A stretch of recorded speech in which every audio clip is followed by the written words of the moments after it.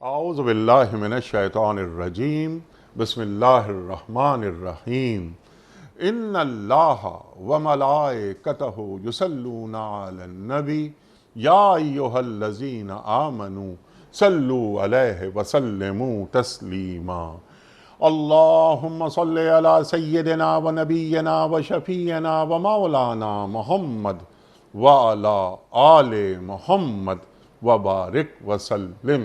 محترم خواتین و حضرات، السلام علیکم۔ پیام صبح کے ساتھ ایک بار پھر حاضر میں ہوں آپ کا میزبان انیق احمد۔ قرآن کریم کی مختلف آیات پر بات کرواتے ہیں اپنے عہد کے جید علماء سے، سیکھتے ہیں ان سے قرآن کریم کی ان آیات کے حوالے سے، ان آیات کا ترجمہ، ان آیات کی تفاسیر۔ آج یہ آیات ہم سے کیا مخاطبت کر رہی ہیں؟ ہمارے معزز علماء تشریف لاتے ہیں اور ہمیں قرآن کریم سے قریب کر دیتے ہیں۔ خواتین و حضرات، آج کی جو آیات ہیں وہ سورہ اعراف کی آیات 26 اور 27 ہیں۔ ان آیات میں بنی آدم سے اللہ تعالیٰ خطاب فرما رہا ہے۔ خواتین و حضرات، لباس کے حوالے سے، آداب لباس کے حوالے سے گفتگو ہو رہی ہے اور لباس کے نزول کی بات ہو رہی ہے کہ ہم نے تم پر لباس نازل کیا۔ سوال رکھیں گے کہ لباس نازل کیا، یہ کیوں اللہ تعالیٰ فرما رہا ہے؟ کیا لباس نازل ہوتا ہے؟ تاکہ وجہ تمہارے جسم کے قابل شرم حصوں کو ڈھانکے، تمہارے جسم کی حفاظت کرے اور زینت کا سبب ہو۔ یہ تین اسباب بیان کر دیے۔ قابل شرم حصے، ان کی بات ہو رہی ہے، جسم کی حفاظت، سردی گرمی برسات سے محفوظ رکھا جائے، اور زینت، خوبصورت نظر آئے انسان، ایسا لباس پہنے۔ بہترین لباس تقوی کا لباس۔ یہ لباس تو ہماری حفاظت کرتا ہے، جو ہم پہنتے ہیں دنیاوی حوالوں سے، ہمیں زینت بخشتا ہے۔ لیکن لباس التقوی کی جو بات ہو رہی ہے، کیا یہ اخروی نجات کی ضمانت دے رہا ہے یا اخروی عذاب سے ہمیں محفوظ بناتا ہے؟ لباس التقوی کسے کہتے ہیں؟ سیرت کو، کردار کو، پاکیزہ عقائد کو، وغیرہ وغیرہ، انشاءاللہ اس پر بھی بات کروائیں گے۔ اور پھر اللہ فرماتا ہے کہ یہ اللہ کی نشانیوں میں سے ایک نشانی ہے یہ لباس۔ تو اللہ کی نشانیاں تو بہت ساری ہیں، اس میں سے ایک لباس کیوں ہے؟ کیا معنی ہے آیت کے اس حصے کے؟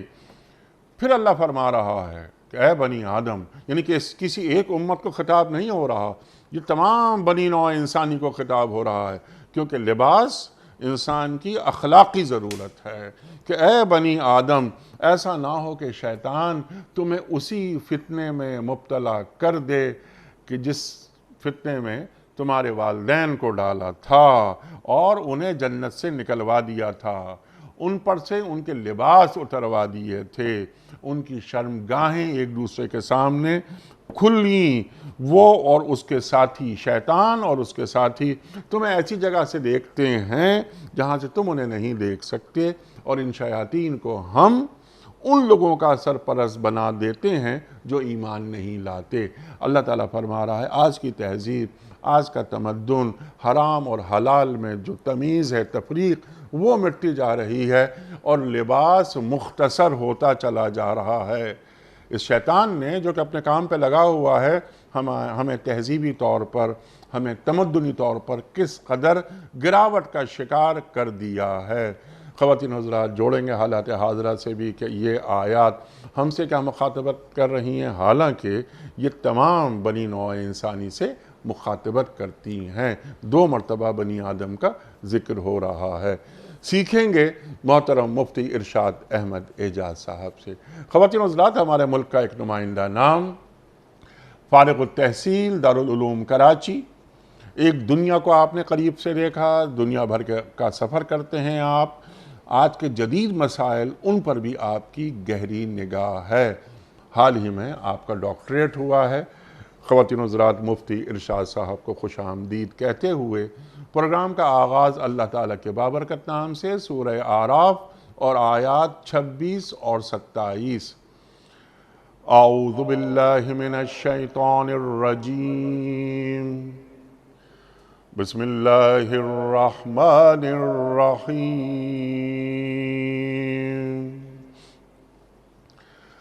یا بنی آدم قد انزلنا علیکم لباسا یواری سوآتکم وریشا ولباس التقوی ذالک خیر ذالک من آیات اللہ لعلہم یذکرون یا بنی آدم لا یفتننکم الشیطان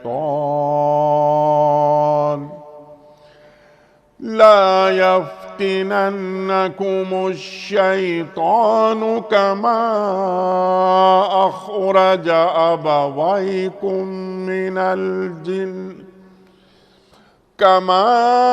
أخرج أبويكم من الجنة ينزع عنهما كما أخرج أبويكم من الجنة ينزع عنهما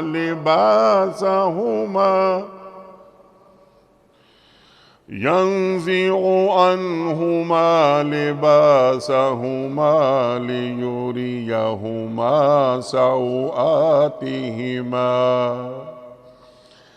إنه يراكم هو وقبيله من حيث لا ترونهم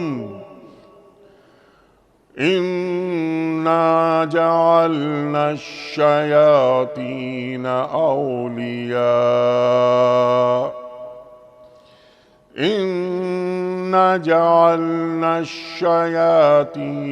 أولياء للذين لا يؤمنون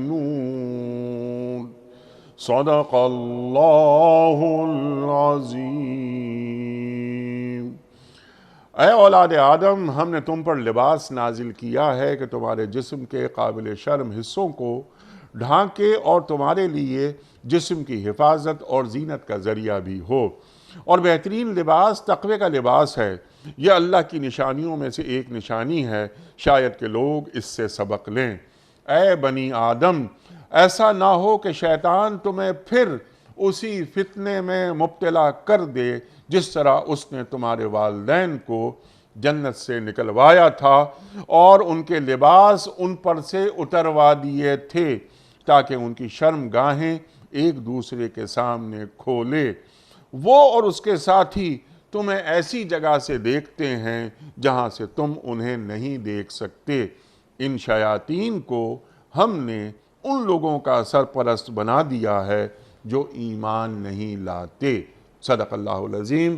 خواتین و حضرات، اس سے پہلے کہ ہم رکھیں آج کے پروگرام کے حوالے سے پہلا سوال محترم مفتی ارشاد صاحب کی خدمت میں، اس سے قبل کل کے پوچھے گئے سوال کا درست جواب اور آج کا سوال آپ کی خدمت میں کوئز۔ کل کا سوال ہمارا یہ تھا کہ نجاشی کا تعلق کس مذہب سے تھا؟ درست جواب مسیحیت سے۔ آج کا سوال نوٹ فرما لیجئے، کن پیغمبر کے زمانے کے بادشاہ کا نام نمرود تھا؟ حضرت اسماعیل علیہ السلام یا حضرت ابراہیم علیہ السلام یا حضرت صالح علیہ السلام؟ جو درست جواب آپ سمجھتے ہوں روانہ فرمائیے۔ ہمارے فون نمبرز ہیں 0092213452709۔ ہمارا دوسرا فون نمبر ہے 009221343000980۔ ہمارا ای میل ایڈریس ps@dunyatv.tv۔ ہمارا SMS کا نمبر 3031 اور ہمارا واٹس ایپ کا نمبر ہے 0092321825019 مفتی صاحب، یا بنی آدم، یہ لباس، بنیادی اخلاقیات صرف اہل ایمان نہیں بلکہ یہ تمام بنی نوع انسان یہ خیال رکھے اس بات کا۔ اللہ تعالیٰ کیا فرما رہا ہے، آداب لباس کیا ہوتے ہیں، مقصد کیا ہوتا ہے لباس پہننے کا جو اللہ تعالیٰ ان آیات میں رکھ رہا ہے؟ ارشاد بسم اللہ الرحمن الرحیم نحمد و نصلی علی رسول الکریم اما بعد۔ انیق صاحب، اللہ سبحانہ و تعالیٰ نے قرآن کریم میں بہت ساری جگہوں پر انسان کی تخلیق اور اللہ نے انسان کو جو اپنی مخلوقات میں امتیازی اور انفرادی حیثیت دی ہے اس پر گفتگو فرمائی ہے۔ جی کہیں پر ذکر فرمایا لقد خلقنا الانسان فی کبد، کہیں پر فرمایا کہ خلق الانسان من عجل، کہیں پہ فرمایا وَلَقَدْ كَرَّمْنَا بنی آدم، ہم نے بنی آدم کو تکریم دی۔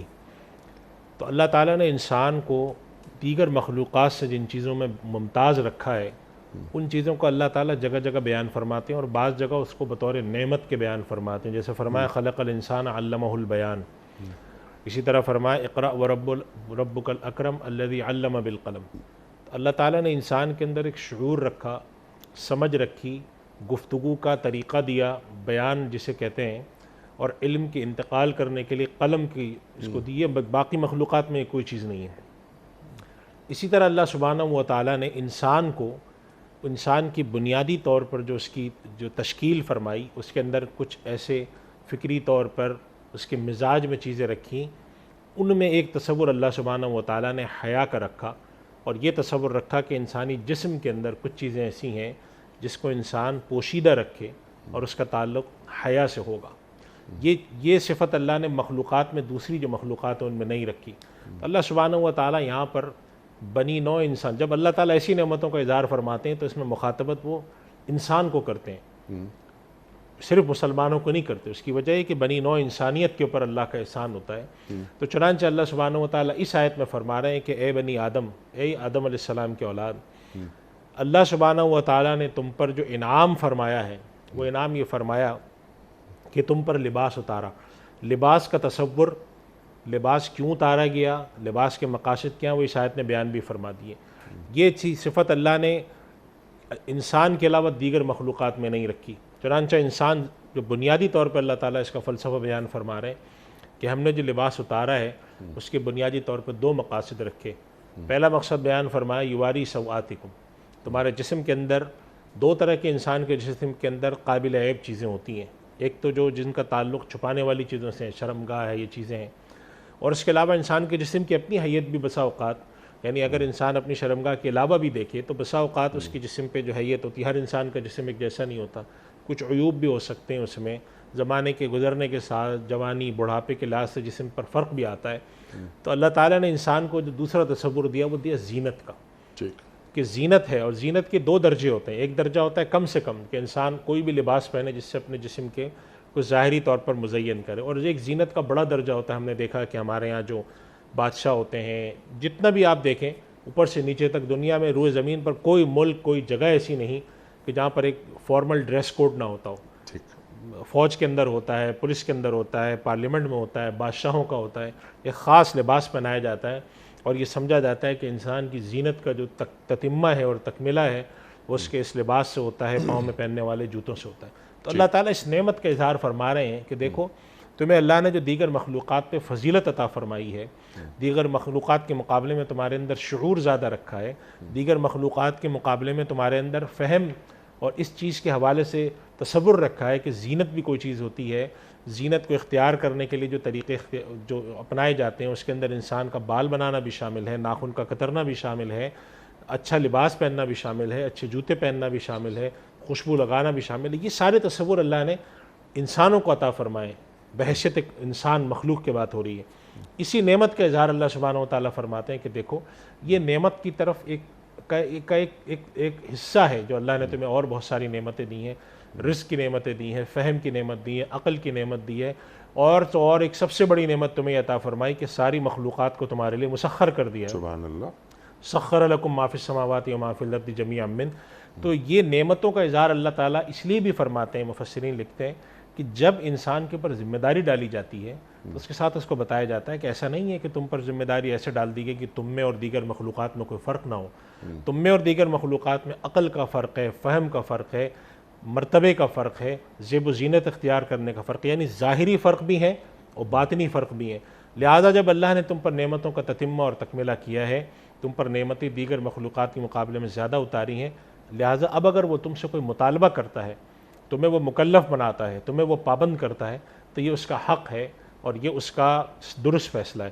چنانچہ اس کے اندر اللہ سبحانہ و تعالیٰ نے یہ فرمایا کہ اللہ نے تم پر لباس اتارا، اور اس کے اندر یواری سواتکم وریشا، ریشا کے بارے میں یہ آتا ہے کہ اس سے مراد زیب و زینت، یعنی ایک سادہ لباس بھی ہو سکتا ہے اور ایک بہت اعلیٰ ترین لباس بھی ہو سکتا ہے جو انسان مختلف مواقع پہ پہنتا ہے۔ پھر لباس کے اندر علماء نے لکھا ہے دو طرح کی چیزیں داخل ہیں، ایک تو وہ جو خالصتاً لباس ہوتی ہیں، اور ایک یہ جو لباس کا حصہ نہیں سمجھی جاتی ہیں لیکن لباس کا تتمہ سمجھی جاتی ہیں، جیسے آج کے دور میں ہمارے یہاں گھڑی پہننا ہے یا انگوٹھی پہننا ہے یا اس کے علاوہ جوتے پہننا ہے، یا ایک لباس ہم نے پہنا ہے اس کے اوپر ہم جیسے ہمارے یہاں ویسکوٹ پہنتے ہیں یا شیروانی پہنتے ہیں یا عبایا پہنتے ہیں، یا اس کے علاوہ کوئی ایسی چیز ہے جو اور زیب و زینت کے لیے اختیار کی جاتی ہے، جیسے شاہی لباسوں میں ہوا کرتا تھا کہ وہ مزید کوئی اور چیز بھی لگاتے تھے۔ اس ساری چیزیں اللہ سبحانہ و تعالیٰ نے انسان کو عطا فرمائیں اور حکم یہ دیا کہ تم اس کو استعمال کرو۔ اس کے اندر جو آپ نے سوال اس کے اندر بھی اٹھایا کہ آخر یہ جو فرما رہے ہیں یہ لباس یواری سواتکم، تو لباس کے کیا مقاصد ہوتے ہیں، شرم اور حیا کا کیا تصور ہے اور کیا حکم دیا گیا، تو اس کا تصور بھی ہمیں دین سے ملتا ہے کہ ایک سطر ہوتا ہے، ٹھیک ہے، کہ یہ کم سے کم درجہ سطر کا ہے، اس سے آگے آداب لباس کیا ہیں، ستر پوشی کے احکام دین کیا دیتا ہے، مردوں کے لیے کیا احکام ہیں، عورتوں کے لیے کیا احکام ہے۔ اس سے پہلے اللہ تعالیٰ یہاں فرما رہا ہے کہ ہم نے لباس نازل کیا، نازل کرنے سے کیا مراد ہے؟ دیکھیے جب اللہ سبحانہ و تعالیٰ یہ فرماتے ہیں کہ لباس ہم نے اتارا، جی نازل کیا، تو اس کا کیا مقصد ہو سکتا ہے؟ تو اس کا ایک مقصد تو یہ ہے کہ جو کچھ لباس جن چیزوں سے تم بناتے ہو، جن چیزوں سے تم لباس اختیار کرتے ہو، وہ اللہ کی اتاری ہوئی نعمتیں ہیں۔ مثال کے طور پہ انسان جو ہے وہ درخت سے حاصل ہونے والی چیز جیسے کپاس ہے اس کو استعمال کر کے بناتا ہے، جانوروں سے حاصل ہونے والی چیز کھال ہے اس سے بناتا ہے، اون سے بناتا ہے، تو یہ جو دھاگوں کا استعمال ہے جس کے ذریعے بناتا ہے، تو ایک مراد اس سے یہ ہے کہ اللہ سبحانہ و تعالیٰ نے جو لباس تم پر نازل فرمایا ہے وہ لباس اس معنی میں لباس نازل فرمایا ہے کہ تم انہی نعمتوں سے انہی چیزوں سے حاصل کرتے ہو یہ لباس جو چیزیں اللہ نے تم پر اتاری ہیں۔ ہمارے یہاں اس کا استعمال نسبتاً کم ہے، لیکن ایک زمانے میں پتوں کا اور اس طرح کی چیزوں کا بھی استعمال رہا ہے لباس کے اندر۔ اور دوسری بات یہ ہے لباس اتارنے میں کہ یہ حکم من جانب اللہ انسان کے اوپر یہ نازل کیا گیا ہے اور اس کو سمجھایا اور فہم دی گئی۔ انسان طبعی طور پر شاید ایسا لباس پہننے کا اس کے اندر طریقہ اور اختیار نہ ہوتا، چنانچہ ایسے اقوام ہمیں ملتی ہیں کہ جن کے یہاں لباس پہننے کے طریقے بہت صاف ستھرے نہیں ہیں۔ جب آدم علیہ السلام اور حوا علیہ السلام کو روانہ کیا گیا اور جب ان کے لباس شیطان نے اتروا دیے لا تقربا هذه الشجرہ کے ذیل میں، تو وہ بھی پتوں سے اپنے بدن کو ڈھانپنے لگے، تو وہ قرآن کریم میں ذکر ہے، پردہ، جسم کی حفاظت وغیرہ وغیرہ، یہ انسان کی فطرت میں شامل ہے۔ اس لیے یا بنی آدم کا خطاب ہے کہ یہ تمہاری فطرت میں ہے، اور اسی وجہ سے انسان کسی دور میں بھی آپ چلے جائیں، جنگلوں میں انسانیت سے بالکل دور دراز رہنے والے بھی اگر آپ معاشروں میں جاتے ہیں تو کسی نہ کسی درجے کا تصور ملتا ہے، لیکن چونکہ ان کے پاس ہدایت اور وحی نہیں پہنچی ہوتی یا وہ ایسے علاقے میں رہ رہے ہوتے ہیں تو ان کو یہ آداب نہیں معلوم ہوتے۔ ہمیں آ کر ہمارے پاس نبی جب تشریف لاتے ہیں تو نبی ہمیں آداب لباس سکھاتے ہیں، اور دو طرح کے آداب سکھاتے ہیں۔ ایک تو یہ سکھاتے ہیں ہمیں کہ ہمیں جسم کو کتنا ڈھانپنا ہے، کم سے کم کتنا ڈھانپے۔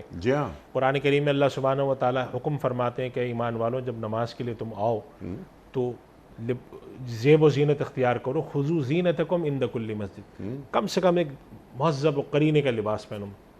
اور دوسری ایک اور بات بھی فرماتے ہیں اللہ کے نبی صلی اللہ علیہ وسلم کہ چونکہ لباس کے اندر اللہ نے زینت کا عنصر رکھا ہے تو زینت کے عنصر کے اندر خود بخود ایک تفاخر کا عنصر بھی آ سکتا ہے، تو یہ بھی منع فرماتے ہیں کہ دیکھو ایسے لباس مت پہننا، ایسے تعیش والے، ایسے عشرت والے، ایسے دکھاوے کے لباس مت پہننا کہ تمہارا مقصود یہ ہو کہ جی آج ہم نے جو لباس پہنا ہے کوئی نہیں پہن سکتا۔ جیسے ہمارے یہاں بہت ساری چیزوں میں تفاخر ہوتا ہے، گھڑی کے پہننے میں، چشمے کے پہننے میں، کپڑے سلوانے میں کہ جی میں نے 1 لاکھ روپے کا پہنا ہے، میں نے 2 لاکھ کا پہنا ہے۔ اس کے بارے میں بھی دین نے تلقین کی کہ نہ تو تم زیب و زینت اختیار کرنے میں اتنا آگے چلے جاؤ اور نہ تم وہ چیز اختیار کرو کہ تمہارے جسم پہ لباس مختصر ہوتا چلا جائے اور تم سطر کے احکام کو بھی ترک کر دو۔ تو یہ بات اللہ سبحانہ و تعالیٰ نے انسان کی فطرت میں ڈالی ہے، اور اللہ نے انبیاء کے ذریعے اس میں ہدایت عطا فرمائی کہ لباس سے یہ جو سواتیکم کا لفظ ہے نا کہ جو تمہارے جسم کی بری چیزیں ہیں اس کے چھپانے کا جو حکم ہے وہ سطر کے حکام کے تحت ہے۔ اور باقی جو زینت کا حکم ہے وہ دیگر احکام کے تحت ہے کہ بھئی ایک انسان اگر کہیں مسجد میں جائے تو حکم یہ ہے کہ وہ ایک عام لباس جو کہ پہنا جاتا ہے، یعنی مثال کے طور پہ ایک آدمی اگر سطر کو صرف چھپا کے چلا جائے مسجد میں تو یہ اس کے لیے کافی نہیں ہے، اس کی وجہ یہ کہ حکم زینت کا بھی ہے، خذوا زینتکم، کیونکہ کس کے سامنے کھڑا ہو رہا ہے؟ کس کے سامنے کھڑا ہو رہا ہے؟ وہ اللہ کے بادشاہوں کے بادشاہ کے سامنے کھڑے ہونے جا رہا ہے۔ تو اب اگر ہم یہ سمجھتے ہیں کہ ناف سے لے کر گھٹنے تک سطر ہے اور ایک آدمی ناف سے گھٹنے تک کا برمودہ پہن کے مسجد چلا جائے تو یہ نہیں کہا جائے گا کہ تم نے صحیح لباس پہنا ہے، یہ کہا جائے گا کہ تم نے سطر کے احکام کی تو پاسداری کی ہے لیکن زینت کے احکام کو تم نے ختم کر دیا، اور مسجد کے آداب کا خیال نہیں رکھا۔ آداب کا خیال نہیں رکھا۔ تو زینت کا یہ مفہوم ہے کہ کم سے کم اللہ سبحانہ و تعالیٰ نے، اور زینت کے حوالے سے اللہ سبحانہ و تعالیٰ نے مختلف معاشروں میں چیزیں ان کے لباس سے چھوڑ دی ہیں کہ کہیں پر جو ہے وہ کرتا، جیسے ہمارے یہاں بر صغیر میں کرتا پہنا جاتا ہے تو کہیں پر لمبا پہنا جاتا ہے جبہ، تو کہیں پر کوئی طریقہ، لیکن جس بھی معاشرے میں آپ رہتے ہوں سطر کے علاوہ جو زینت کے احکام ہوں گے وہ اس معاشرے کے لحاظ سے اپنائے جا سکتے ہیں، بشرطے کہ اس کے اندر حد سے زیادہ مبالغہ آمیزی اور اسراف نہ ہو، تفاخر نہ ہو، تکبر نہ ہو، ریاکاری نہ ہو، اور ضیاء نہ ہو، اور اس کے ساتھ ساتھ کہ آپ جو لباس پہن رہے ہوں وہ اتنا معتدل اور مناسب ہو کہ اس سے اندر کسی قسم کی تحقیر اور توہین نہ ہوتی ہو۔ ان آداب کا خیال رکھتے ہوئے چنانچہ اللہ کے نبی صلی اللہ علیہ وسلم کے بعد جو میں روایت میں آتا ہے کہ آپ نے اعلیٰ ترین لباس بھی پہنا ہے اور بہت سادہ لباس بھی پہنا ہے، اور آپ صلی اللہ علیہ وسلم لباس کے معاملے میں نہایت شرم و حیا والے تھے۔ تو اسی وجہ سے نبی کریم صلی اللہ علیہ وسلم نے ایک جگہ ارشاد بھی فرمایا الحیاء شعبۃ من الایمان، ایمان کا ایک حصہ ہے، اور اس کی وجہ یہی ہے چنانچہ جو سطر ہے، جو لازمی سطر ہے، اس کے علاوہ بھی سطر کا حصہ ہوتا ہے کہ لوگ جو ہیں وہ اس بات کو ناپسند کرتے تھے کہ وہ لباس جو ہم رات کو کمرے میں پہن کے سوتے ہیں وہ لباس پہن کر ہم گھر میں بیٹھیں یا مجلس میں آئیں۔ تو یہ اللہ سبحانہ و تعالیٰ نے انسان کو جو شعور دیا ہے، اس چیز کے بارے میں اللہ سبحانہ و تعالیٰ انسان کو احسان جتا رہا ہے کہ یہ شعور، یہ سمجھ، یہ فہم یہ اللہ نے اور کسی مخلوق کو نہیں دی ہے، اے بنی آدم تمہیں دی ہے، کیونکہ تم اشرف المخلوقات ہو۔ تو آیت جب تکمیل ہوتی ہے ذالک من آیات اللہ کے جو کر کے اللہ سبحانہ و تعالیٰ فرماتے ہیں، تو یہ ایک سمجھ دی جا رہی ہے کہ دیکھو تمہیں ہم نے سمجھ دی ہے، تمہیں شعور دی ہے، اور تمہیں جانوروں کے مقابلے میں فہم دی ہے، تم لباس پہنتے ہو، زینت کا اختیار کرتے ہو، سطر پوشی کرتے ہو، یہ اوروں کے ساتھ نہیں دی۔ تو یہ جب مرتبہ تمہارا بلند ہے، مرتبہ تمہارا دوسروں کے مخلوقات کے مقابلے میں معزز اور مکرم ہے، اسی وجہ سے تو یہ نعمت دی ہے۔ سبحان اللہ۔ تو یہ اس نعمت کا تذکرہ کرنے کے ساتھ ساتھ یہ قرآن کریم مفسرین نے لکھا ہے جو اللہ سبحانہ و تعالیٰ جگہ جگہ اس طرح کی باتوں کی طرف اشارہ فرماتے ہیں، اس میں اصل میں ساتھ ساتھ یہ بتانا ہوتا ہے کہ ایسا نہیں ہے کہ تمہیں اور مخلوقات کے مقابلے میں اگر ذمہ داری زیادہ دی گئی ہے تو تمہیں نعمتیں نہ ملی ہوں، اتنی ذمہ داری دی گئی تو اتنی فہم بھی دی گئی، اگر ان کے مقابلے میں تمہیں مکلف بنایا گیا تو تمہیں سمجھ بھی دی گئی ہے، تمہیں کمانے کے طریقے بتائے گئے ہیں، تمہارے لیے چیزیں مسخر کی گئی ہیں، تمہیں نعمتیں دی گئی۔ اب ان کے بعد اگر تم سے مطالبہ دوسری مخلوقات کے مقابلے میں زیادہ ہے تو وہ پھر بجا مطالبہ، اور آخری جو بڑی نعمت ہوتی ہے جس کا اللہ جگہ جگہ ذکر فرماتے ہیں وہ نعمت یہ ہوتی ہے کہ اللہ تعالیٰ انسان کو راستہ دکھانے کے لیے انبیاء بھی بھیجتے ہیں اور کتاب بھی بھیجتے ہیں۔ تو تتمہ نعمت جو ہے تو یہ وہ نعمتیں ہیں، ان آیات میں جو ذکر ہے یہ وہ ظاہری نعمتیں ہیں جو کہ انبیاء اور کتاب کے علاوہ نعمتیں ہیں، تاکہ انسان کو احساس ہو کہ ہاں بھی اللہ نے مجھے عقل بھی دی۔ چنانچہ ایک جگہ بھی فرمایا کہ لقد خلقنا الانسان فی احسن تقویم، ایک جگہ فرمایا وہدیناہ النجدین، ان سب چیزوں سے فرمایا کہ تمہاری عقل بھی ہم نے بڑھا کر دی، تمہارا جو ہے مخلوقات کے مقابلے میں جمالیاتی شعور بھی بڑھا کے دیا، تمہیں حس بھی بڑھا کر دی، تمہاری طاقتیں بھی بڑھا کر دیں، چیزیں بھی مسخر کیں، اور تو اور تمہیں سمجھ بوجھ کے لیے راستہ سجانے کے لیے انبیاء اور کتابیں بھی بھیج دیں۔ یہ اللہ سبحانہ و تعالیٰ نے ظاہری درجے میں تم پر اپنی حجت تمام کی ہے، اور اس کے بعد اگر وہ تم سے کوئی مطالبہ کرتا ہے تو اس کا مطالبہ بالکل درست ہوتا ہے، بالکل بجا ہوتا ہے، اور تم اس کے مطالبے کے اوپر عمل کرنے کے پابند ہو بنسبت دوسری مخلوقات کے کہ ان سے ایسا کوئی مطالبہ نہیں ہوتا۔ جی، کیونکہ انی جاعل فی الارض خلیفہ، اللہ تعالیٰ بنی آدم کو اپنا خلیفہ، اپنا نائب بنا رہا ہے، تو ذمہ داریاں بھی ہیں۔ کون سا مقام اللہ تعالیٰ نے انسان کو دیا، کس مقام پہ فائز کر دیا۔ یہاں پر آداب لباس کے حوالے سے کچھ گفتگو تھوڑی سی، اور پھر سطر پوشی کے جو آداب ہیں جو ہمارا دین سکھاتا ہے وہ کیا ہیں، سوال میں رکھوں گا۔ مرد ریشم نہیں پہن سکتا، مرد عورتوں کا لباس نہ پہنے، عورتیں مردوں کا لباس نہ پہنے، یہ بھی ہمارا دین بتا رہا ہے ہمیں۔ بالکل ہے۔ دیکھیے ریشم کے بارے میں یا بہت ہی آج کل تو ریشم کے علاوہ چیزیں بھی آ گئی ہیں، بہت ہی عالیشان قسم کی چیزیں پہننا یا ایسے لباس پہننا جو کہ خالصتاً زنانہ لباس ہوتے ہیں، جیسے سرخ کلر کو اسلام میں پسند نہیں کیا گیا، جو بالکل خواتین والا رنگ ہوتا ہے۔ تو اللہ کے نبی صلی اللہ علیہ وسلم نے ایک حکم دیا ہے مشابہت سے بچنے کا۔ بعض چیزیں میں اللہ تعالیٰ نے مردوں عورتوں کو ممتاز کیا، تو اللہ کے نبی صلی اللہ علیہ وسلم یہ چاہتے ہیں، دین کا تقاضا ہے کہ وہ امتیاز برقرار رہے، بعض چیزوں میں ممتاز نہیں ہے، تو وہ امتیاز برقرار رکھنے کے لیے لباس میں بھی حکم دیا گیا، سطر میں بھی حکم دیا گیا، اور اس کے ساتھ ساتھ یہ جو ریشم ہے یا سونا پہننے کے حوالے سے بات آتی ہے، یا زیب و زینت میں ایسی چیز اختیار کرنا جو بے انتہا، جسے ہم کہتے ہیں کہ جس کے اندر اسراف کی کیفیت اور تبذیر کی کیفیت نظر آئے، اس سے بھی منع کیا گیا۔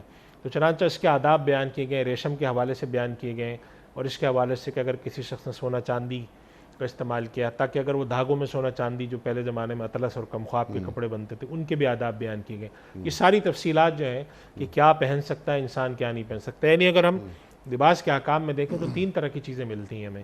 ایک کا تعلق ہے خالصتاً صرف سطر سے، سطر میں کیا ہوگا۔ دوسرے کا تعلق ہے انسانی جسم میں لباس کس درجے میں پہنا جائے گا، اس کے کیا آداب ہیں، جسم میں تنگ ہو یا نہ ہو، جس کا تعلق حیا کے احکام سے ہے۔ اور تیسرا تعلق ہے لباس کے اندر کن چیزوں کی ممانعت ہے، کن چیزوں کی اجازت ہے، کیا اسراف ہے اور کیا اسراف نہیں ہے، کیا مشابہت ہے کیا مشابہت نہیں۔ تو عمومی طور پہ 3 احکام بیان ہوتے ہیں۔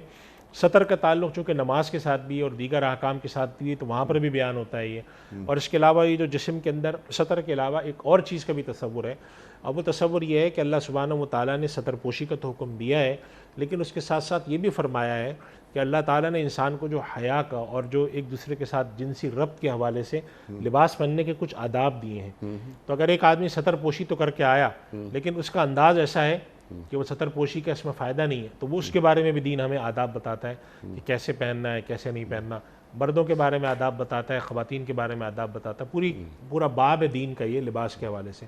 تو اللہ سبحانہ و تعالیٰ کی شاید میں جہاں اس نعمت کا اظہار ہے، وہاں اس ذمہ داری کا بھی ہے کہ یواری سواتکم وریشا، اور اس کے اندر جو اگلی آیت کے اندر فرمایا ہے کہ شیطان تمہارے ساتھ یہ کر سکتا ہے۔ اور حضرت آدم علیہ السلام کا جو واقعہ جس کی طرف آپ نے بھی اشارہ کیا کہ جب جنت میں تھے اور فرمایا تھا یہاں مت جانا، اور وہاں چلے گئے تھے تو لباس ان کا اتر گیا، تو اللہ نے ان کو جیسے ہی وہ اترا تو وہ پتے درخت کے توڑ کر اپنے جسم کو چھپانے لگے۔ تو آج کا جو شیطان ہے یا اس شیطان کے جو چیلے ہیں وہ ہمارا لباس کم سے کم کر رہے ہیں اور وہ اپنے مشن پر قائم ہیں، لگے ہوئے ہیں۔ یہ لباس کے حوالے سے جو ہمارے یہاں بعض چیزیں ملتی ہیں نا، جو دین سے ہٹ کے اور سطر کے حوالے سے، یا یہ سوال آتا ہے بھئی کس کی جو مرضی وہ پہنے، آپ کون ہوتے ہیں منع کرنے والے، تو یہ بات بنیادی طور پہ غلط ہے، اس لیے کہ جب ہمارا دین ہمیں سطر کا ایک تصور دیتا ہے، ہمارا دین سطر کا ہمیں تصور دے رہا ہے، تو ہم اس کے تحت بات کریں گے۔ وہ کیا تصور ہے؟ آپ نے فرما دیا ابھی دوران گفتگو کہ مرد کے لیے سطر ناپ سے لے کر گھٹنے تک ہے، عورت کا سطر کیا پورا جسم عورت کا سطر ہے؟ دیکھیں اس میں انیق صاحب، اس میں لباس کے حوالے سے 3 باتیں ہمیں ذہن میں رکھنی چاہیے۔ ایک سطر کے احکامات، نمبر 1، نمبر 2 جسم کے پر ایک مناسب لباس پہننے کے احکامات، کہ مناسب لباس ہم کیسے پہنیں گے، کس انداز کا ہو، اور نمبر 3 یہ کہ لباس کے بذات خود لباس پہننے کے جو آداب ہیں وہ کیا ہیں۔ تو سطر کا جو تعلق ہوتا ہے وہ یہ ہے کہ کون سی چیز جسم کی ایسی ہے جس کا چھپانے کو اللہ اور اس کے نبی صلی اللہ علیہ وسلم فرماتے ہیں کہ یہ سطر میں داخل ہے، سوآت میں داخل ہے، اس کا چھپانا ضروری ہے۔ تو مرد کے لیے گھٹنے سے لے کر ناپ سے گھٹنے تک کا، گھٹنے اور ناپ دونوں شامل ہیں اس میں، یہ حصہ ہے، اس سے نچلے حصے کو، اس سے نیچے کو ننگا رکھنا یہ شرعاً درست نہیں ہے، اس لیے کہ سطر میں داخل ہے، یہ کم سے کم ہے، اس کو ہر حال میں چھپانا ہے۔ عورت کے لیے کیا ہے؟ تو عورت کے لیے پورا جسم اس کا سطر ہے، سوائے اس کے ہتھیلیوں کے، ہاتھ کے اور اس کے چہرے کے اور پاؤں کے، دیکھیں یہ چیزیں ایسی ہیں کہ جس کی ضرورت انسان کو ہوتی ہے، یہ سطر میں داخل نہیں ہے، پہلی بات یہ۔ دوسرا آ جاتا ہے کہ لباس کے پہننے کے جو آداب ہیں کہ بعض چیزیں سطر میں اگرچہ داخل نہیں ہیں، لیکن ان کے بارے میں بھی حکم اور ادب یہ ہے کہ ان کا آپ لحاظ رکھیں۔ مثلاً ایک آدمی ناپ سے لے کر گھٹنے تک جسم کو چھپانے کا پابند ہے، لیکن اس کے علاوہ جو جسم ہے اس کو بھی ڈھکنا جو ہے وہ مروت اور جسے کہتے ہیں کہ احسن احکامات میں سے، یعنی یہ نہیں ہے کہ ایک آدمی ناپ سے گھٹنے تک کے جسم کو لے کر باہر نکل جائے، ادھر ادھر جا کے بیٹھے، ہر جگہ گھومتا پھرتا پھرے کہ بھئی سطر میرا یہی ہے۔ معلوم یہ ہوا کہ سطر کے علاوہ بھی آپ کو جسم کو، چنانچہ سطر کے علاوہ جسم ڈھکنے کے احکام جیسے مردوں کے لیے ہیں ویسے خواتین کے لیے بھی، چنانچہ چہرے کا پردہ ہے، یا ایسا برقع پہننا یا ایسی چادر اوڑھنا جس سے اعضاء نمایاں نہ ہوں، ریویلنگ نہ جسے ہم کہتے ہیں کپڑے نہ پہنے جائیں۔ مردوں کے لیے بھی یہی حکم دیا گیا کہ مرد بھی ایسے کپڑے نہ پہنے کہ سطر پوشی تو کی ہے لیکن سطر پوشی نہیں ہوئی۔ چنانچہ قیامت کی نشانی نبی کریم صلی اللہ علیہ وسلم نے جو بیان فرمائی اس کے اندر جملہ فرمایا کہ کاسیات عاریات، کچھ ایسی خواتین ہوں گی جو لباس پہنے ہوئے ہیں مگر نہیں پہنے ہوئے۔ تو اس کی تشریح مفسرین نے یہ کی ہے کہ لباس دو طرح کے پہنے جائیں گے، یا تو یہ کہ وہ کپڑے ایسے ہوں گے جس میں جسم جھلکتا ہوگا، جسے ہم ریویلنگ کلاتھ کہتے ہیں، یا وہ کپڑے ایسے ہوں گے جسم کی حیت پر بنے ہوں گے، چپکے ہوئے۔ تو یہ لباس پہننا جو جسم کی حیت کو ظاہر کرے، سطر کو ظاہر کرے، یہ مردوں کے لیے عورتوں کے لیے دونوں کے لیے ایک ہی حکم ہے کہ نہ مرد ایسے لباس پہن سکتا ہے کہ جس سے اس کا سطر نظر آتا ہو، یا نہ ایسے لباس اتنے ٹائٹ کر کے پہنے گا کہ جس سے اس کی سطر کے جسم کے اعضاء نمودار ہو رہے ہوں۔ تو ایک یہ حکم بھی ہے۔ چنانچہ جو زینت اختیار کرنے کا حکم ہے تو زینت کا کم سے کم درجہ جو علماء نے لکھا ہے وہ یہ ہے کہ جسم اس درجے سے چھپا ہوا ہو جس درجے کو معاشرے میں چھپانا احسن سمجھا جاتا ہے، اور اس سے زیادہ کھلا جسم کے لباس پہننا معاشرے میں ناپسند کیا جاتا ہوں۔ یہ زینت کا کم سے کم درجہ ہے۔ پھر اس سے آگے زینت کا درجہ ہے کہ ایسا لباس ہو جس کو انسان پہن کر عام محفل میں جا سکتا ہو۔ مثال کے طور پہ ایک آدمی رات کو سوتے ہوئے ایک پاجامہ اور ایک بوشرٹ پہن کے سو رہا ہے اگر اس طرح کی، یہ ایک ایسا لباس نہیں ہے کہ انسان اس کو پہن کے باہر پھرے۔ تو وہ زینت میں اگرچہ اس درجے میں تو داخل ہے کہ سطر پوشی ہو گئی، جسم ڈھک گیا، لیکن وہ درجہ نہیں۔ اور پھر زینت کا تیسرا درجہ وہ ہے کہ انسان عالیشان لباس پہنے۔ تو کم سے کم انسان سے مطالبہ یہ ہے نماز کے وقت خصوصاً کہ انسان ایسا لباس پہنے جس لباس کے پہن کے انسان عمومی مجلس میں جا سکتا ہو، خواہ وہ بہت اعلیٰ لباس نہ بھی ہو لیکن کم سے کم ایسا لباس پہنے۔ تو یہ لباس کے جو بنیادی احکام ہیں خواتین کے لیے یہ رکھا گیا احکامات، جہاں خواتین کے لیے چونکہ مرد اور عورت کے خاص نوعیت کا تعلق ہوتا ہے اور اللہ سبحانہ و تعالیٰ اس تعلق کے بارے میں مخصوص آداب کی تعلیم فرماتے ہیں، جس کے اندر غض بصر کا بھی حکم ہے۔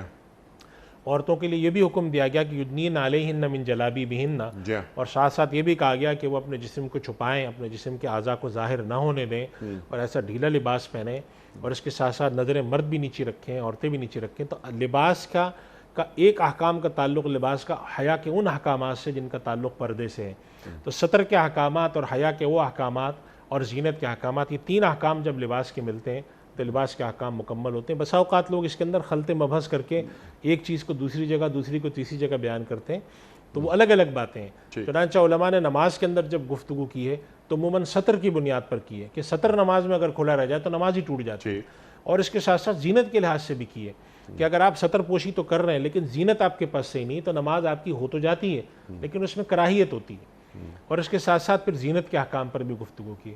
تو سطر کے احکام ایک مناسب حیا کے تقاضے کے تحت جسم کے پر ڈالے جانے والے لباس کے احکام اور زیب و زینت کے احکام، یہ چونکہ ملتے جلتے ہیں ایک دوسرے کے ساتھ، اوور لیپنگ ہے، متداخل احکام ہے، تو بسا اوقات اس کے فہم میں ہوتی ہے۔ تو اللہ تعالیٰ یہاں پر جو اس آیت میں اظہار فرما رہے ہیں وہ اس نعمت کا اظہار فرما رہے ہیں کہ بنی آدم حیا کا تصور، زینت کا تصور، یہ سب تصور مخلوقات میں اور کسی کے پاس نہیں ہے، یہ اللہ نے تمہیں دیے ہیں، اور اللہ کی نشانی ہے۔ یہ نشانی اس لیے ہے کہ یہ تصور اگر آپ جا کر کسی جانور کو کپڑے پہنا دیں، اگر آپ پہنا بھی دیں تو آپ کو تو بہت اچھے لگ رہے ہوں گے، جیسے ہمارے یہاں پالتو جانوروں کو لوگ کپڑے پہنا دیتے ہیں یا سردی سے بچانے کے لیے، لیکن اس جانور کو اس کا کوئی ادراک نہیں کہ وہ کیا پہنے ہوئے ہیں، کیا چیز ہے، اس جانور میں ادراک ہی نہیں ہو سکتا۔ یہ فہم اللہ نے انسانوں کو رکھی، تو اللہ تعالیٰ اس میں اس کو نعمت بیان فرما رہے ہیں۔ اس چیز کی فہم، اس چیز کا ادراک یہ اور مخلوقات کے مقابلے میں تم میں ہے، اور یہ اعلیٰ چیز ہے، اس کا ادراک ہے، تو تم اس نعمت پر شکر ادا کرو۔ چونکہ انسان کے بارے میں اللہ سبحانہ و تعالیٰ نے ایک جگہ یہ بھی فرمایا کہ واللہ یعلم وانتم لا تعلمون، اللہ جانتا ہے تم نہیں جانتے۔ اس کا مطلب یہ کہ انسان کا جو اسکوپ ہے، افق ہے، اس کے جو ذہن سمجھنے کی صلاحیتیں وہ بھی محدود ہیں، لیکن دیگر مخلوقات کے مقابلے میں اللہ نے اس کو بہت فہم اور سمجھ دی ہے، اچھائی کی، برائی کی، حتیٰ کہ ظاہری زیب و زینت کی بھی دی ہے۔ تو اس پر شکر کرو، اس کو نعمت سمجھو، اور اس کے ساتھ ساتھ اس نعمت کے بدلے میں جو تم پر ذمہ داری آ رہی اس کا بھی ادراک کرو۔ خالی ان نعمتوں کو سمجھ کر اس سے فائدہ اٹھا کر دنیا سے گزر جانا، اس کے لیے تمہیں نہیں پیدا کیا ہے۔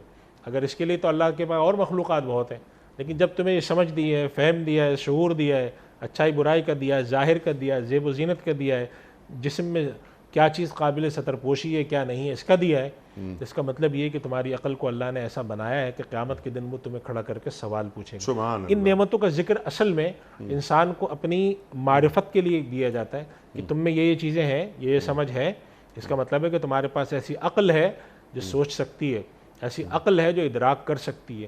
جب ایسی عقل ہے تو پھر تم سے سوال بھی ہوگا، تم پہ ذمہ داری بھی ڈالی جائے گی۔ اور اگر ایسی عقل کسی میں، انسانوں میں بھی بسا اوقات ایسا ہوتا ہے انیق صاحب، جی ہاں، بعض لوگ ایسے پیدا ہوتے ہیں ذہنی طور پہ معذور ہوتے ہیں، تو احکام ان پر پھر نافذ نہیں ہوتے، جی ہاں، اسی لیے نہیں ہوتے کہ جب ان کی عقل تام نہیں، اور اللہ ہمیں دکھاتا ہے کہ دیکھو تمہارے انسانوں میں بھی ایسے لوگ ہیں جن کے پر یہ چیزیں واضح نہیں ہیں، تو ہم نے ان پر سے تکلیف احکام ہٹا دیے ہیں، ٹھیک، لیکن تم پر جب واضح ہیں، تم اچھے لباس کو برے لباس کا فرق کر سکتے ہو، زیب و زینت کا فرق کر سکتے ہو، نعمتوں کا فرق کر سکتے ہو، اپنے لیے اچھائی مانگ سکتے ہو، تو پھر خدا بھی تم سے مطالبہ کرنے تو جسم کے قابل شرم حصوں کو ڈھانک کے رکھو، لباس کو زینت کے طور پہ استعمال کرو اور لباس کے ذریعے اپنی حفاظت کرو، لیکن بہترین لباس تقوی کا لباس ہے۔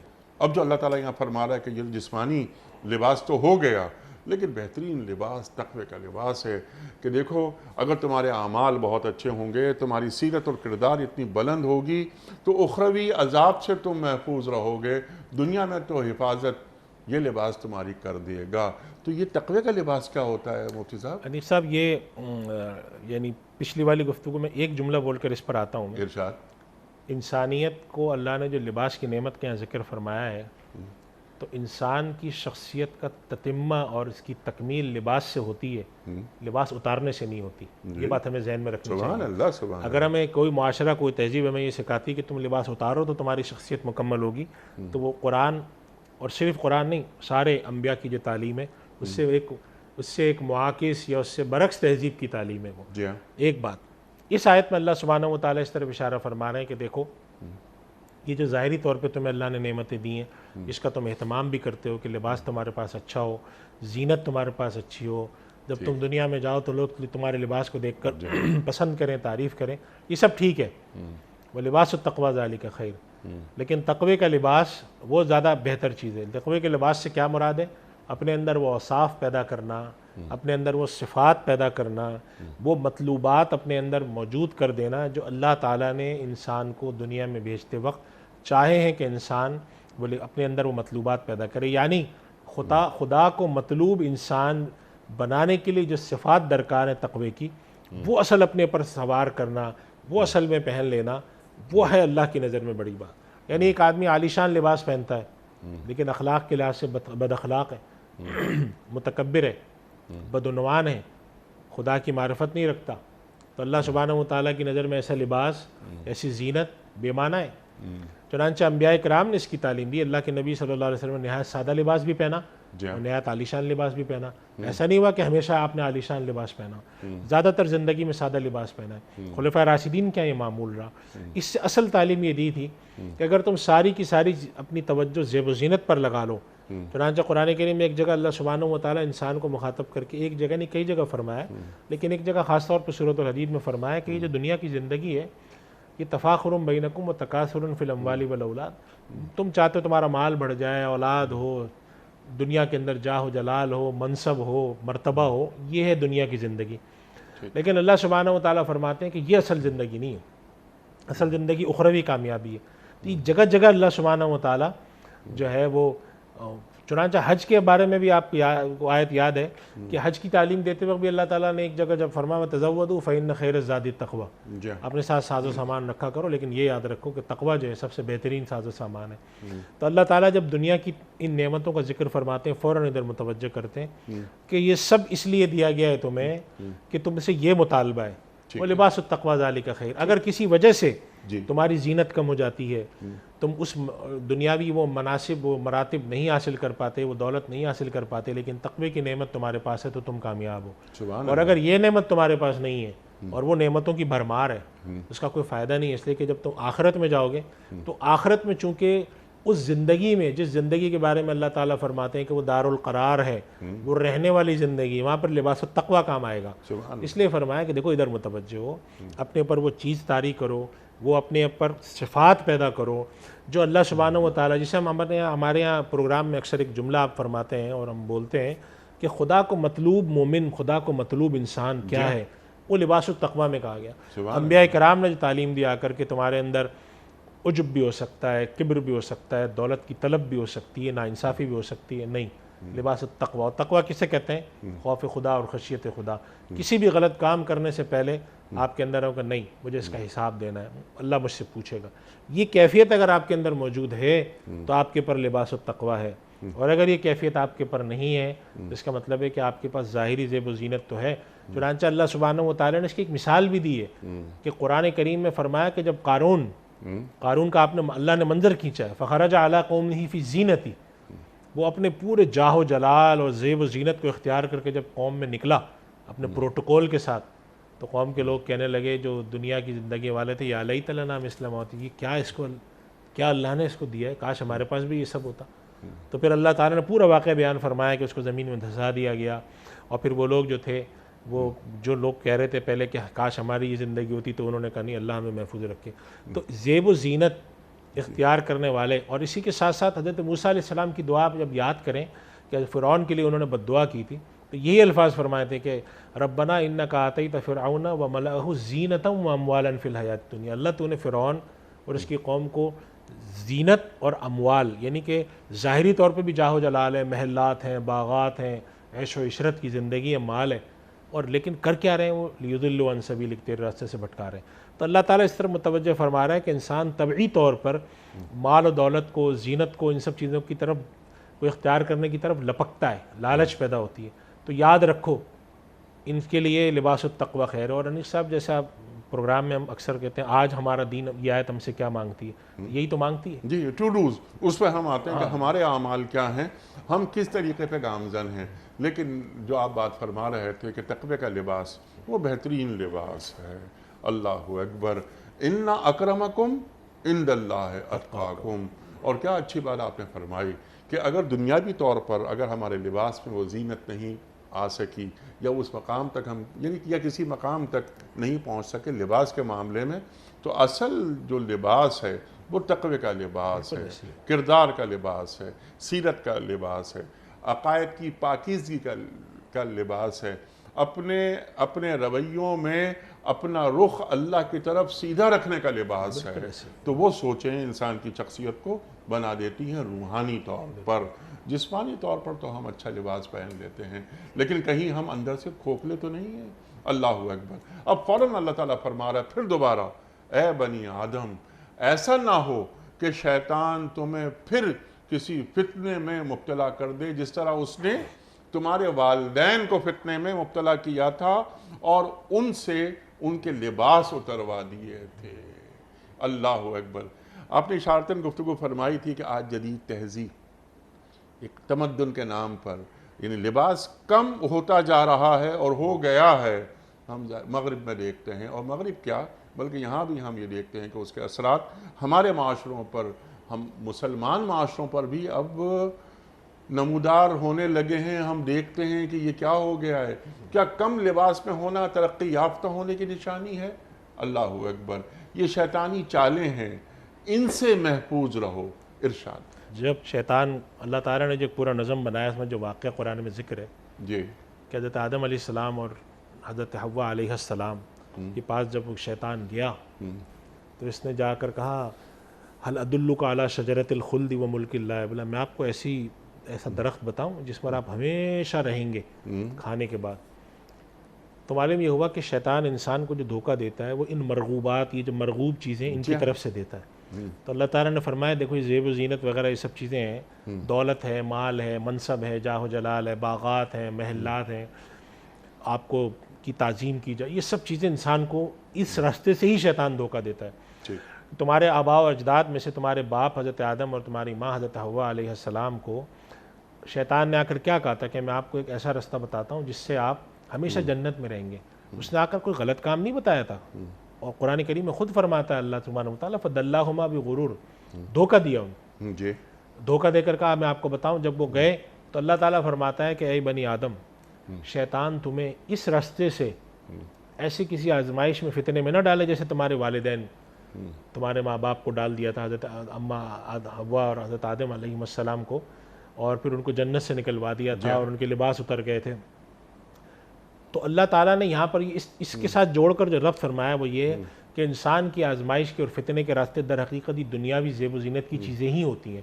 مال کے راستے سے انسان کو فتنہ آتا ہے, منصب کے راستے سے فتنہ آتا ہے، جاہ و جلال کے راستے سے فتنہ آتا ہے، زیب و زینت کے راستے سے. ہمارے یہاں اردو میں جو ایک زینت کا لفظ استعمال کیا جاتا ہے، اس کے مقابلے میں عربی میں جو قرآن کریم میں اللہ نے زینت کا لفظ استعمال کیا اس میں تھوڑا توسع ہے. ہم تو زینت کہتے ہیں زیب و زینت کی چیزیں ہیں، کوئی چیز ہم نے ایسی پہن لی جس سے ہمیں زینت حاصل ہوتی ہو. اللہ سبحانہ و تعالیٰ دنیا میں جتنی بھی نعمتیں انسان کے پاس ظاہری طور پہ آتی ہیں، جس چاہے سے اس کو منصب ملتا ہو، ان سب چیزوں کو زینت سے تعبیر کرتا ہے. یہ زینت ہے جس سے انسان کو جو ہے ایک طرح کا معاشرے میں منصب اور مرتبہ اور مقام ملتا ہے. شیطان اسی رستے سے ورغلاتا ہے. آج بھی ہم دیکھیں انیق صاحب، جتنے بھی کوئی شخص ہے تو مال کے فتنے میں ہوتا ہے کہ زیادہ سے زیادہ مال کمائے تو وہ حرام کی فکر بھی چھوڑ دیتا ہے، کسی دوسرے کے حق پہ بھی قبضہ کرتا ہے. تو اللہ تعالیٰ فرماتے ہیں یہاں پہ دو باتوں کی طرف ایک اشارہ ہے ضمناً. ایک تو ہے کہ شیطان تمہیں فتنے میں مت ڈال دے، اور یہ بات یاد رکھنا کہ اس کا فتنہ، دو باتیں اشارہ فرمائی کہ اس کا فتنہ بڑا خطرناک ہے. ایک تو یہ کہ تمہارے والد، تمہارے جو ماں باپ تھے حضرت آدم حضرت حوا، ان کو فتنے میں ڈال دیا تھا جال کے انبیاء تھے. اور دوسرا یہ فرمایا کہ ان کے پاس ایسی قدرت اللہ نے دی ہے، انہ یراکم ہوا وقبیلہ. یہ دونوں طاقتیں. تو تم یہ مت سمجھنا کہ اگر ہمارے پاس آ گیا ہم شیطان کو پچھاڑ لیں گے، نہیں، وہ ایسے راستے سے تم پر حملہ کرے گا اور اتنا طاقتور اس کے اندر، اس کی باتوں میں انفلوئنس اللہ نے اس کو دیا ہے. دنیا کے کائنات کی تخلیق میں اس نے اللہ سے مانگی تھی یہ چیز، اللہ تعالیٰ نے آزمائش دے دی ہے اس کو کہ وہ اتنی طاقت کے ساتھ آتا ہے کہ حضرت آدم علیہ السلام جیسی شخصیت اور ان جیسے بڑے ہمارے جو ماں باپ تھے ان کے ساتھ جب وہ ان کو آزمائش میں ڈال سکتا ہے تو تم یہ مت سمجھنا کہ تم محفوظ ہو. تم ہر وقت جو حملہ شیطان آدم پہ کر سکتا ہے وہ ابن آدم پہ بھی کر سکتا ہے، اور ابن آدم کے متاثر ہونے کے امکانات زیادہ ہیں. اور ساتھ ساتھ یہ بھی فرما دیا انہ یراکم ہوا وقبیلہ من حیث لا ترونہم، یعنی اس کی پہنچ تم تک ایسے ذرائع سے بھی ہے جو تمہارے ذہن میں نہیں آ سکتے، تم اس کا ادراک نہیں کر سکتے اپنے حواس خمسہ سے.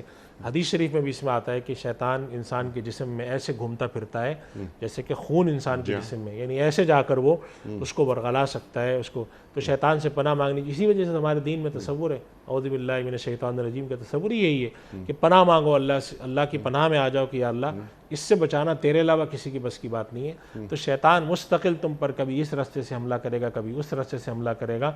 اور پھر ساتھ ساتھ یہ بھی فرما دیا آگے کی آیت جب مکمل فرمائی کہ شیطان دوست صرف انہی لوگوں کا ہے جو کہ گڑبڑ کرتے ہیں، یعنی امید دلا دی بنیاد، جو شیطان کو اپنا سرپرست بنا لیتے ہیں. یہ ذرا آگے کا معاملہ ہے. لیکن مفتی صاحب کیونکہ وقت بالکل ختم ہو رہا ہے پروگرام کا، آج کا جو شیطان یا شیطان کے چیلے اپنا کام اسی انداز سے کرتے ہیں، حرام اور حلال کے درمیان جو تمیز ہے اس کو مٹا دیتے ہیں. پھر تعویلات، ارے یہ تو حرام ہے ہی نہیں، جیسے وہاں قسمیں کھا کھا کر شیطان آدم علیہ السلام کو کیا کہہ رہا تھا کہ تم فرشتے ہو جاؤ گے، اور قسم بھی وہ اللہ کی کھا رہا ہے تاکہ اپنی میں تمہارا خیر خواہ ہوں، انی انکما لمن الناصحین، اللہ اکبر، میں تمہارا خیر خواہ ہوں، تم بات سمجھو، میں جو تمہیں بتا رہا ہوں وہ فائدے کی بات ہے. یہی کام آج کا شیطان کرتا ہے کہ میں تمہارا بہت خیر خواہ ہوں، اور وہ خیر خواہی میں حرام کو حلال بنا کے پیش کر دیتا ہے. یہ وہ سود ہے ہی نہیں جو سود اس زمانے میں تھا، یہ تو ایک لانگ ٹرم فائنینسنگ ہے، یہ لیزنگ ہے، وغیرہ وغیرہ وغیرہ وغیرہ تمام چیزیں. سمپل سوال میرا آپ کی خدمت میں یہ ہے کہ یہ تمام جو شیطان کی چالیں ہیں ان سے ایک عام آدمی کیسے محفوظ رہ سکتا ہے؟ آپ نے بات فرمائی نا کہ اعوذ باللہ من الشیطان الرجیم، یہ آدمی پڑھتا رہے، معوذتین پڑھتا رہتا ہے، قل اعوذ برب الفلق اور قل اعوذ برب الناس، آیت الکرسی پڑھتا ہے.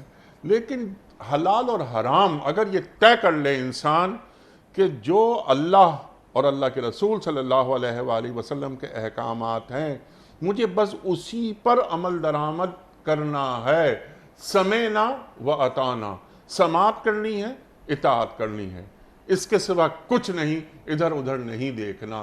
یا ایھا الذین آمنوا ادخلوا فی السلم کافہ، ارشاد.